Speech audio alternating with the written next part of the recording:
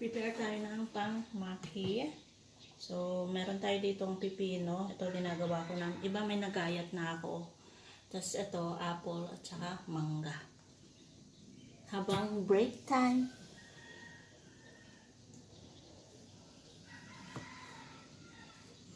So, yun talaga ang kinaigihan pagka work from home. Nakagawa ka ng pang-pamilyang pagkain.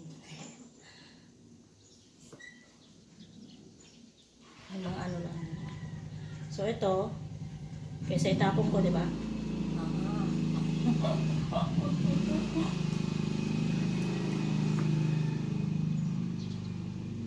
Ayan. So, then, mangga. Ay, ano mangga?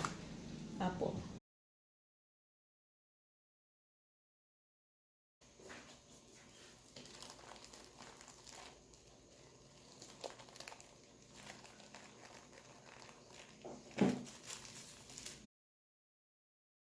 So, tikman naman natin ang ating ginawa. Siyempre, taste test.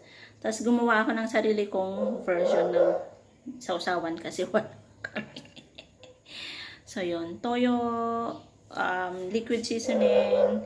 Wala akong oyster sauce. Kaya, huwag na mag-oyster sauce. Tapos, tinimplahan ko siya, siyempre. So, ito yung mga dulo-dulo kanina, nun sa mga nagawa na natin.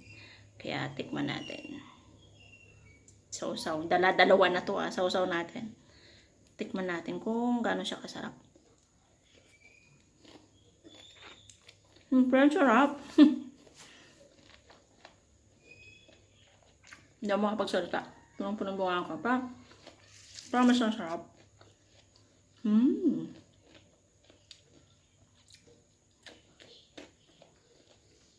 Sarap ng sausawan.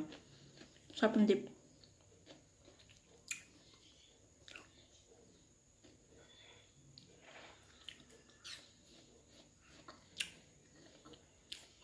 Sarap.